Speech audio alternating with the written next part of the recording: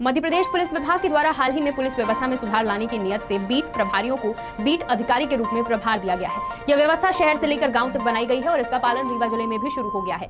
Police मुख्यालय का इसके पीछे उद्देश्य है कि पुलिसकर्मी ज्यादा से ज्यादा अपनी जवाबदारी संभालते हुए निर्धारित बीट में होने वाले अपराध पर नियंत्रण रख सके।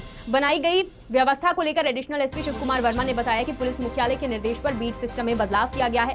पहले एक बीट प्रभारी के बीच में 4 इंचार्ज होते थे, लेकिन अब नए सिस्टम में कर्मचारी को ही अधिकारी बना दिया गया है। इस तरह अब आरक्षक ही अपने बीट का अधिकारी बनाया गया है। ये पूरी व्यवस्था कैसी है, सुनिए एडिशनल एसपी से। ये प्रदेश स्तर पर पुलिस मुख्यालय ने एक निर्देश जारी किए थे, जिसमें प्रदेश के सभी थानों में जो बीट सिस्टम है, जो अभी तक क्या होता था कि बीट में एक अधिकारी होता था, उसके अंडर में 3-4 कर्मचारी होते थे। इस तरह से एक बीट बन जाती थी। जैसे रीवा शहर में कोतवाली में 2 बीट थी, समान में 2 बीट थी, सिविल लाइन में 3 बीट थी।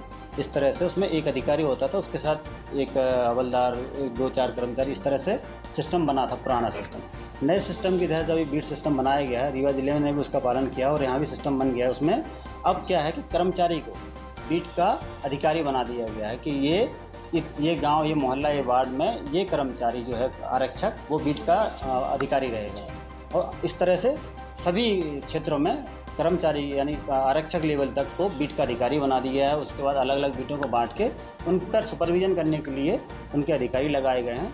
तो ये नया सिस्टम रीवा जिले में भी पूरी तरह से लागू कर दिया गया है और बीट सिस्टम को इसमें सफल बनाने के लिए सारे अधिकारी कर्मचारी प्रयासरत हैं।